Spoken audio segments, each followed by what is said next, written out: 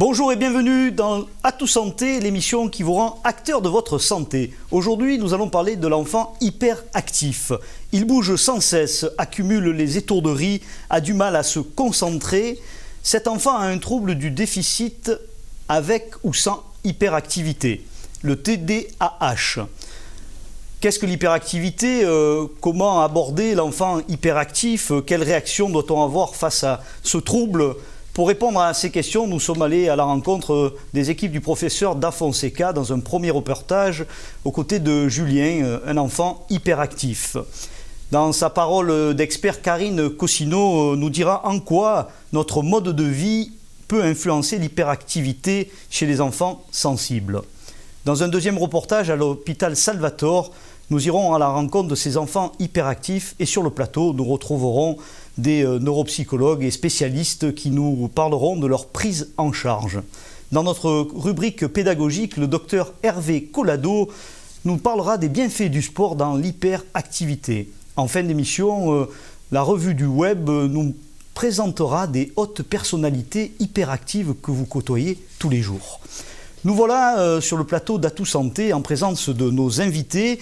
Bonjour professeur Da Fonseca. Bonjour. Vous êtes pédopsychiatre à l'hôpital Salvatore, bienvenue. On a Julien à nos côtés, un enfant hyperactif, on est ravis de t'avoir à nos côtés. Sa maman qui nous a rejoint, Aude Gravier, merci d'être là, bonjour. Et bien sûr Karine Cossino, notre chroniqueuse régulière, bonsoir. On associe souvent l'enfant hyperactif à un enfant agité, mais le TDAH est une vraie pathologie, un vrai trouble qui atteint 4 à 6% des enfants. Professeur Da Fonseca, avant d'aller plus loin dans cette émission, est-ce que vous pouvez nous décrire ce qu'est le TDAH ? Alors le TDAH, comme vous l'avez bien dit, c'est un trouble déficitaire de l'attention avec ou sans hyperactivité.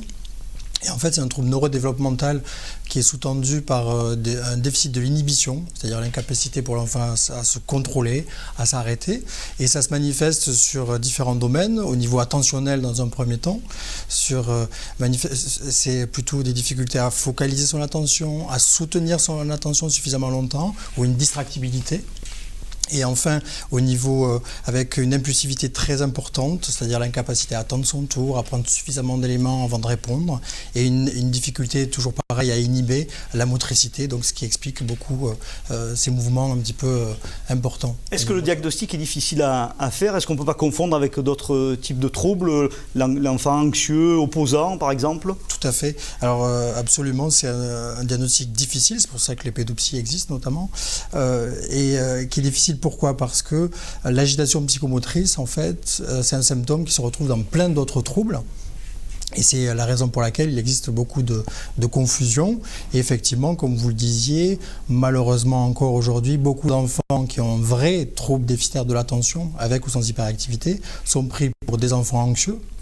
Ou alors, et c'est encore plus difficile pour l'enfant, des enfants mal éduqués, des enfants provocateurs, opposants, intolérants à la frustration, ce qui rajoute des difficultés à la problématique initiale. Donc difficile à diagnostiquer. Alors, on va, avant de donner la parole à Julien et à Aude, on va aller voir un reportage où vous allez découvrir la vie de Julien, un reportage qui nous est proposé par France Bérut. Je me suis rendu compte que Julien était un enfant différent des autres très très tôt, parce que c'est un enfant qui n'a pas dormi du tout. Dès qu'il a su marcher, il s'est mis à courir. Il bougeait tout le temps. Donc j'ai consulté à 2 reprises pendant son enfance des pédopsychiatres qui m'ont dit que c'était un enfant tout à fait normal, qui était plein de vie, que c'était tout et qu'il fallait que je m'adapte. C'était peut-être pas un enfant facile, mais qu'il fallait que je m'adapte.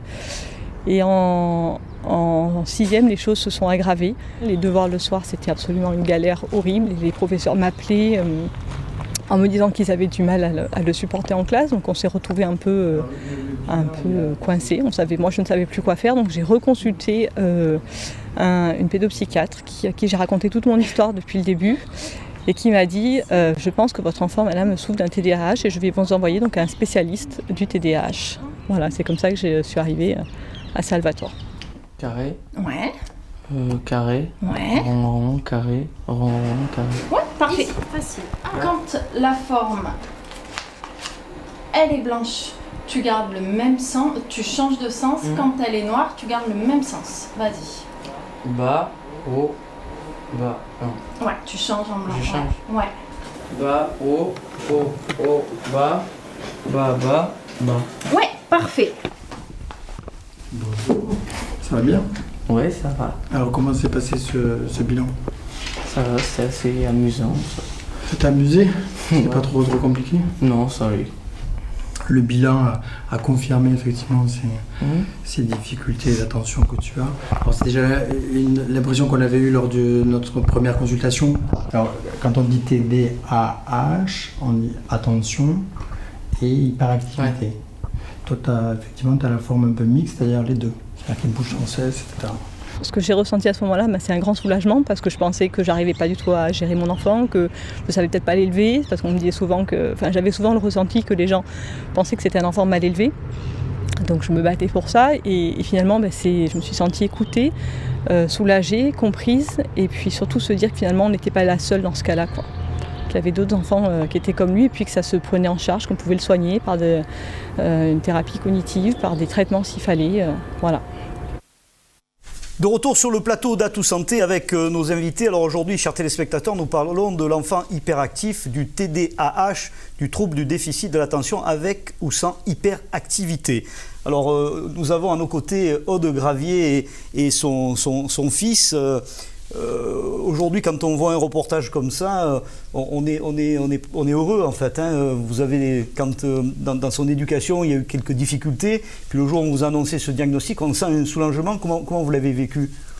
Alors c'était un soulagement parce que je me suis sentie aidée, surtout pour prendre en charge Julien et surtout pouvoir l'aider lui parce qu'il avait de réelles difficultés à la maison, mais surtout à l'école, des vraies difficultés scolaires et on arrivait devant un mur.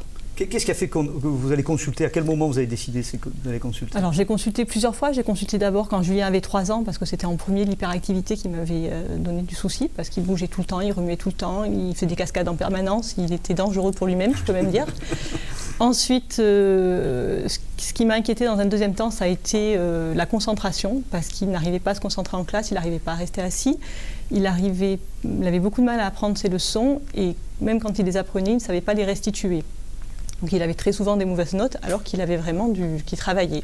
Voilà, donc ça c'était les 2 premières fois où j'ai consulté. La 3e fois c'est quand vraiment en 6e on s'est retrouvé face à un mur et je dis là on n'avance plus. C'était une catastrophe à l'école, une catastrophe à la maison et c'est là où j'ai consulté et où on a fait le diagnostic du TDAH. D'accord. Et le cas de Julien, professeur da Fonseca, est classique. On voit souvent des enfants... Alors il y en a un certain nombre. La prévalence actuelle est de l'ordre de 5%, même si pour la France on n'a pas trop d'études, mais dans tous les pays du monde il y a une prévalence entre 3 et 9%, donc ça fait à peu près 5%. Donc, à savoir un enfant par classe, donc c'est assez important. Est-ce qu'il y a d'autres troubles associés au TDAH? Tout à fait, c'est une excellente question. C'est plutôt même la règle, c'est-à-dire que dans 89% des cas, on a un trouble associé.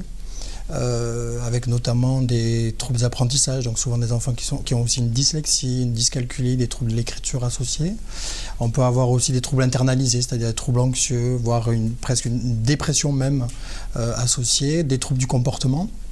Et un autre trouble dont on parle peu, c'est des difficultés aussi au niveau relationnel. Des enfants qui se font rejeter aussi par les autres camarades dans la cour de récréation. Alors c'est un thème qui a passionné nos téléspectateurs et je crois qu'on a eu de nombreuses questions. Peut-être Karine, vous pouvez nous faire part des questions que nous avons eues. J'ai effectivement 2 questions de téléspectateurs. Une question de Maud de Gemnos qui demande comment les parents peuvent devenir acteurs de la prise en charge de leurs patients et de leurs enfants, pardon. Et quand doivent-ils s'inquiéter des troubles du comportement présentés par leurs enfants? Alors, effectivement, on peut être hyperactif, avoir un trouble attentionnel et bien vivre. Et ce qui doit nous alerter, ce qui doit alerter les parents, il y a 3 choses très importantes. C'est les répercussions au niveau social, dont je viens de parler, les répercussions au niveau académique, au niveau des apprentissages, et des répercussions fonctionnelles au niveau de la vie familiale. Et quand on a ces 3 alertes qui sont au orange, voire au rouge, là, il faut vraiment s'inquiéter et consulter. Et il faut consulter. J'ai une deuxième question d'Irène de Marseille qui demande si les TDAH sont héréditaires. Le TDAH est fortement héréditaire, c'est-à-dire que les facteurs génétiques impliqués pour expliquer ce trouble, on estime que l'héritabilité est de 80%. Et donc il y a aussi des facteurs environnementaux qui sont associés, c'est pas que de la génétique, et sachant qu'il y a toujours une interaction entre les gènes et l'environnement. Et l'aspect environnemental est aussi important puisque les facteurs environnementaux, même s'ils ne sont pas importants dans le déterminisme du trouble, ils sont importants dans la prise en charge. Donc c'est ce sur quoi on va insister pour la prise en charge, le travail sur l'environnement. Donc merci. Julien, donc, on est ravis de t'avoir avec nous ce soir. C'est la première fois que tu passes à la télévision ? Ouais. Hein, c'est un grand moment ce soir, alors tu as tous les copains qui doivent te regarder. On m'a dit que tu étais sportif. Qu'est-ce que tu fais comme sport ? Alors je fais beaucoup de handball, mais j'aime tous les sports, mais je fais beaucoup de handball. Est-ce que tu sens que le sport t'aide à évacuer cette énergie ? Ouais, parce que je sens que j'accumule beaucoup d'énergie et il faut que je la redonne, que je la revende dans quelque chose. Et quand je fais du sport, ça me permet de tout évacuer. Bon, en tout cas, on voit que là, tu es avec nous, très sage. Je regarde sa maman. Moi, je passerai presque toute la soirée ensemble. Alors, écoute, qu'est-ce que tu veux faire plus tard, peut-être avant de se séparer ? Prof de sport et handballeur professionnel. Handballeur professionnel. Alors, tu verras, reste avec nous jusqu'à la fin. Dans la chronique du web, tu verras que les gens hyperactifs, les enfants hyperactifs deviennent souvent des grandes célébrités, et peut-être dans le sport. Alors, merci pour ce témoignage rempli d'espoir et on te souhaite une belle carrière d'handballeur. Nous allons passer, chers téléspectateurs, sans plus attendre, à la parole d'expert de Karine Cossineau.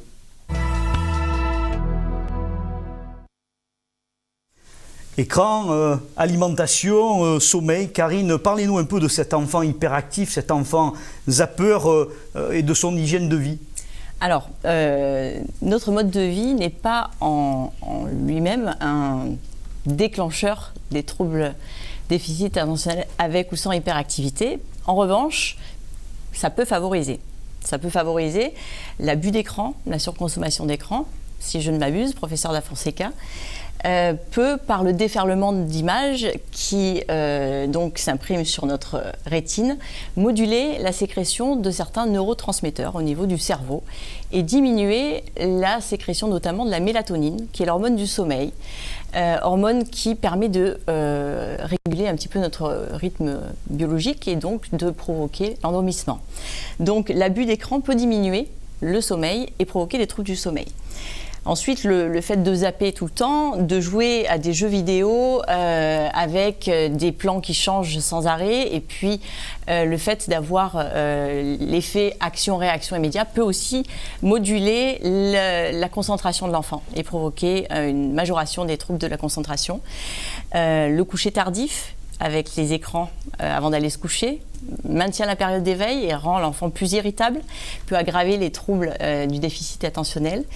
L'alimentation aussi serait incriminée avec un manque de vitamines, une surconsommation de caféine avec les sodas hypercaféinés pourrait aggraver les symptômes. Et enfin, la sédentarité occasionnée par l'abus d'écran réduirait donc la dépense de ces enfants et la sécrétion d'endorphines, le bienfait des endorphines que l'on observe lors de la pratique sportive ne se ressentent pas. Donc si je ne m'abuse, on peut conseiller aux patients d'enfants souffrant de TDAH moins d'écran, une hygiène du sommeil avec un coucher à heure fixe, pas d'écran avant d'aller dormir, une alimentation équilibrée riche en vitamines, pauvre en soda caféinés et une activité sportive. Merci voilà. Karine. Alors, ça concerne vraiment tous nos enfants. Hein. Oui. Là, oui. on est typiquement dans ce cas. Vous avez quelque chose peut-être à rajouter, professeur Da Fonseca ? Non, c'était très bien ce qui a été dit. Ce que je peux rajouter, c'est que pour ces enfants-là, qui sont donc susceptibles de développer les troubles attentionnels, tout ce mode de vie va aggraver leurs difficultés attentionnelles. Mais comment on va les... C'est l'effet de domino en fait. La fatigue, le trouble du sommeil, ça augmente les troubles attentionnels, qui augmente l'anxiété, qui augmente les troubles attentionnels, etc. On est d'accord que c'est tous les enfants qui sont dans ce cas-là aujourd'hui. Oui, c'est un vrai souci. Hein. Alors moi, je donne quelques règles, des fois, qui peuvent paraître un peu rigides, mais une règle sur laquelle j'insiste, c'est pas d'écran dans la chambre à coucher, de manière à ce que la chambre à coucher soit un lieu de repos, d'apaisement. Et... Merci, professeur Da Fonseca. On ne retiendra pas d'écran dans la chambre à coucher. Julien, Aude et vous, chers invités, nous allons vous libérer. Merci d'avoir participé à cette première partie d'émission. Sans plus attendre, chers téléspectateurs, notre second reportage qui va nous permettre de voir la prise en charge de l'enfant hyperactif. Comment accompagner l'enfant pour canaliser son énergie avec la remédiation cognitive. Un reportage présenté par France Berru. Pour aider les enfants comme toi, on propose plusieurs choses. On va t'aider toi. La deuxième chose, c'est travailler avec l'école. Et la troisième chose, c'est travailler avec aussi la famille pour que vous compreniez ces difficultés. Donc là, c'est une séance de remédiation cognitive. La remédiation cognitive, c'est un peu de la rééducation. On va leur apprendre des stratégies pour arriver à pallier les difficultés, soit d'attention, de concentration, soit un peu l'impulsivité, en fait, les capacités d'inhibition. Donc on va réfléchir ensemble comment est-ce qu'on peut faire pour arriver à être attentif. Ouais. Nickel. Ton but du jeu, c'est vraiment de me dire tous les mots qui manquent. Donc tu commences à lire tranquillement et à chaque fois qu'il manque un mot, tu me le dis.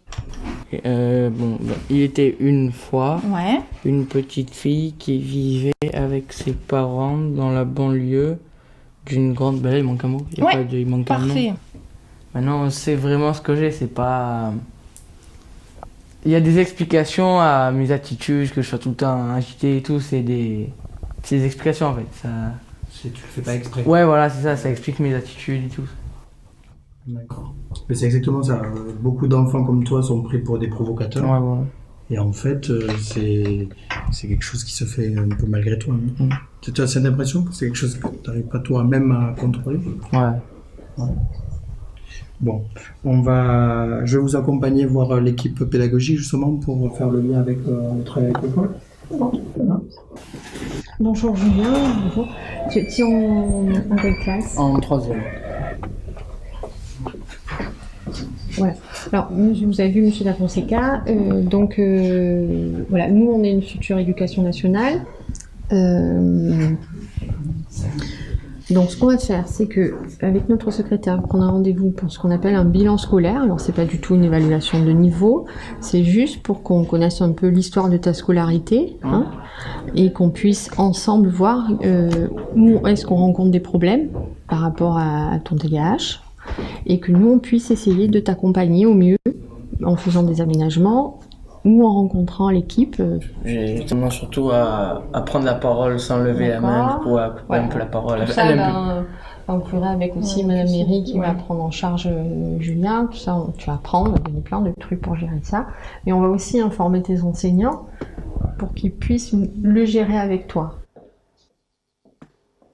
De retour sur le plateau d'Atout Santé avec nos invités, le professeur Da Fonseca, pédopsychiatre qui est resté avec nous.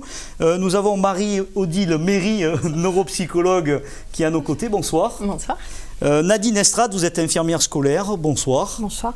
Et bien sûr notre chroniqueur Hervé Collado. Bonsoir Hervé. Bonsoir. Marie-Odile Méry, on a l'impression qu'il y a une véritable stratégie autour de l'enfant hyperactif. Est-ce que vous pouvez nous la décrire ? Effectivement, c'est des enfants qui n'arrivent pas à être attentifs, qui n'arrivent pas à ne pas bouger, à ne pas être impulsifs. Donc un peu comme un enfant aveugle, on va lui apprendre à voir. À cet enfant, on va lui apprendre à être attentif. On va utiliser ce que vous disiez tout à l'heure de la remédiation cognitive. Pour ça, par exemple, pour l'impulsivité. Pour nos téléspectateurs, la remédiation cognitive, comment vous le... C'est apprendre à gérer son impulsivité, apprendre à gérer ses capacités cognitives, par exemple.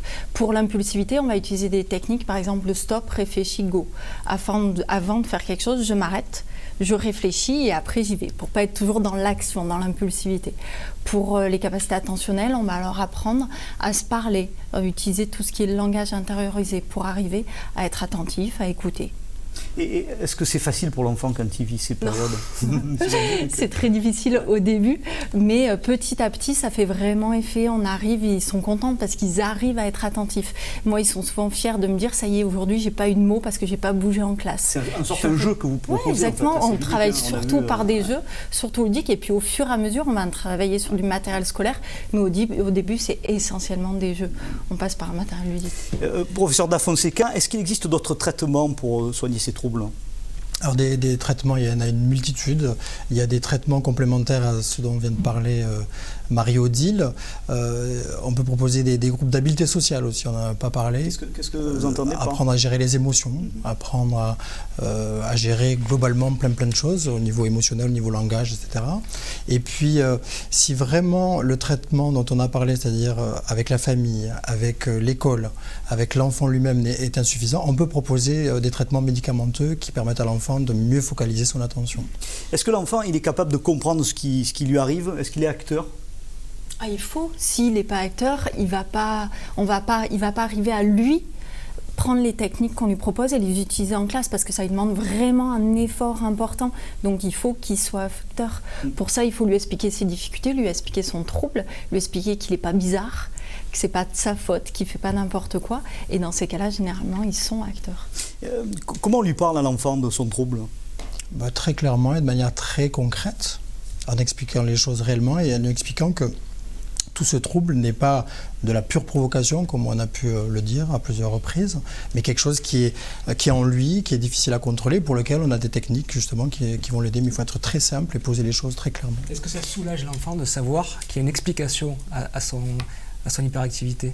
Complètement, parce qu'il culpabilise beaucoup moins. La famille, comme on l'a entendu dans la première partie de l'émission, est également soulagée de comprendre et de plus se sentir totalement responsable avec toutes les représentations négatives qu'on peut avoir sur ce trouble, parce que malheureusement c'est un trouble qui est encore assez méconnu en France. Alors, je crois qu'aussi dans les établissements scolaires c'est un peu compliqué. Nous avons la chance d'avoir Nadine Estrade, vous êtes infirmière scolaire.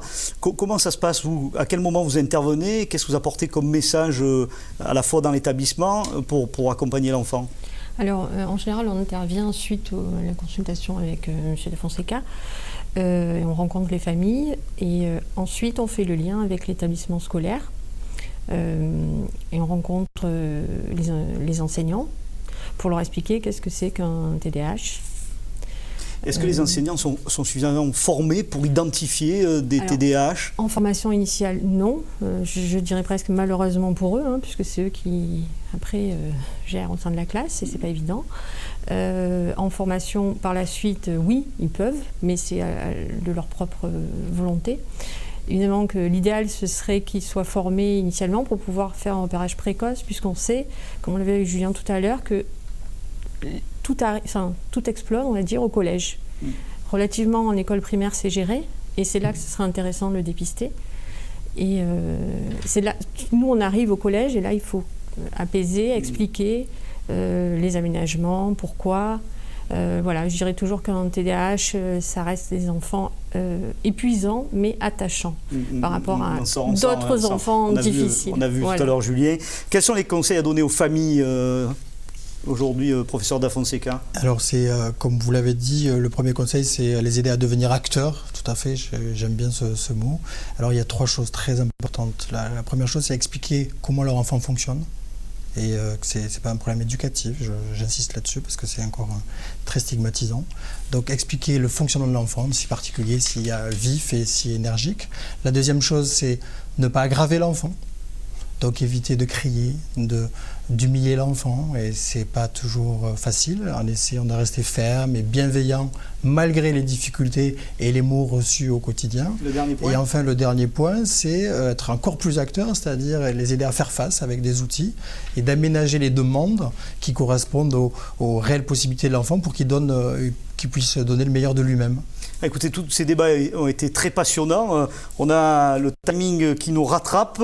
Nous allons donner la parole maintenant à Hervé Collado, qui est notre chroniqueur pédagogique. Alors on a vu avec Julien tout à l'heure qui fait du sport. Qu'est-ce que le sport peut apporter dans l'hyperactivité pour les enfants ? L'idée de base, c'est on a tous envie de penser, on va leur faire du sport et puis ça va les calmer, ça va les soulager. Effectivement, on a tous envie de penser. Mais ce n'est pas si simple que ça, peut-être qu'on pourra en parler après, parce qu'il y a le choix du sport qui est important et puis il y a les préférences de l'enfant. Alors si on égrène un petit peu les sports qu'on peut proposer, on va les faire par catégorie. Il y a les sports collectifs. Alors dans la littérature, ce n'est pas forcément conseillé, ça va à l'encontre de ce qu'on disait tout à l'heure avec Julien. Pourquoi ? Parce que ça peut créer une frustration. Je prends un exemple concret, au football ou au handball, l'entraîneur décide de sortir le jeune qui peut être frustré et qui peut alors avoir des troubles du comportement. Donc les sports collectifs à prendre avec peut-être modération. Les sports individuels dans toute la littérature sont un peu plus conseillés, la natation notamment. Pourquoi ? Parce que la natation, tout simplement pour nager, il faut se débattre, il faut bouger. Donc l'enfant est en perpétuel mouvement et ça peut être vraiment un sport qui est très adapté. L'équitation, on parle d'équinothérapie, le contact avec les animaux, notamment les chevaux, peut également apporter une amélioration chez l'enfant. Enfin, simplement pour vous relater une étude qui est sortie, on a pris 2 groupes d'enfants hyperactifs. Un groupe, on leur a fait faire du sport, l'autre non. Et on s'est aperçu que les résultats scolaires, effectivement, étaient meilleurs chez le groupe qui avait fait du sport. Mais ça, c'est aussi vrai chez les enfants qui n'ont pas de troubles hyperactifs. Mais c'est un peu plus vrai pour être simple, chez les enfants hyperactifs. Pour finir, une petite anecdote, pour faire sourire cette maman qui accompagnait son fils à l'école, qui mettait le cartable dans le coffre de la voiture et qui faisait courir son enfant à côté de la voiture. Mais apparemment, ça marchait. Voilà. Incroyable. Ça vous est déjà arrivé, professeur d'Enfonseca, ce genre de situation? Faire courir les enfants derrière une voiture, c'est pas ce que je préconise. En revanche, quand vous parliez de natation, il y a une famille qui me racontait que l'enfant était tellement hyperactif qu'il avait appris à nager tout seul parce qu'il restait au-dessus de l'eau en permanence.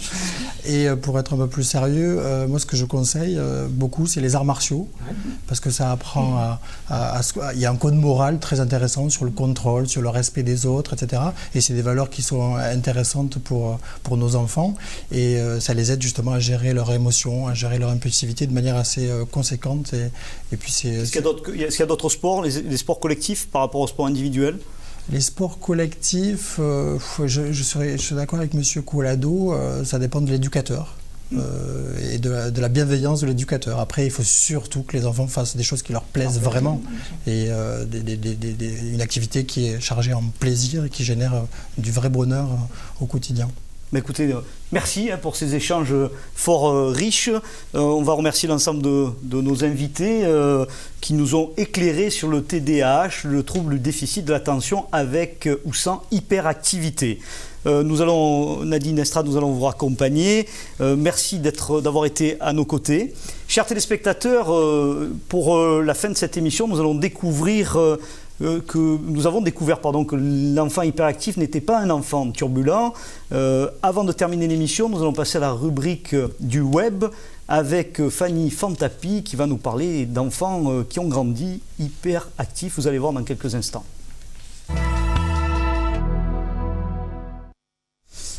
Bonsoir, alors c'est pas Fanny, c'est Séverine. Bonsoir Séverine, vous allez nous parler pour la rubrique du web de personnalités hyperactives qu'on côtoie, qu'on a côtoyées, qu'on voit tous les jours. C'est cela, bonsoir Alain, bonsoir à tous. On a parlé des enfants hyperactifs ce soir. En toute logique, ces enfants deviennent un jour adultes et parmi eux, ils pourraient bien évidemment devenir célèbres. On voit à l'écran un petit pêle-mêle de personnalités que vous connaissez bien, mais parmi elles, savez-vous quel est le point commun en fait entre Albert Einstein par exemple, Louis de Funès, Pablo Picasso ou encore Serena Williams? Ils doivent être hyperactifs. Voilà. Au vu du sujet de l'émission, effectivement, le point commun, c'est que c'était des enfants hyperactifs qui sont aujourd'hui devenus des stars de la science, du cinéma, du pinceau ou encore du sport. Donc, parmi ces personnalités, j'ai choisi de parler de l'athlète le plus médaillé de l'histoire olympique, tout simplement, autant faire les choses bien. Il s'agit de Michael Phelps. On parlait de natation. Effectivement, cet athlète qui en 2012, pendant les Jeux Olympiques de 2012, est devenu le plus grand nageur de tous les temps, a à son actif 19 médailles olympiques, et dont 8 qu'il a obtenues aux seuls Jeux Olympiques de Pékin, ce qui était un record en soi. À l'âge de 7 ans, cet enfant a été diagnostiqué d'un trouble de déficit de l'attention avec hyperactivité. Et ses parents l'ont alors encouragé à aller dans les bassins, faire de la natation pour canaliser son énergie.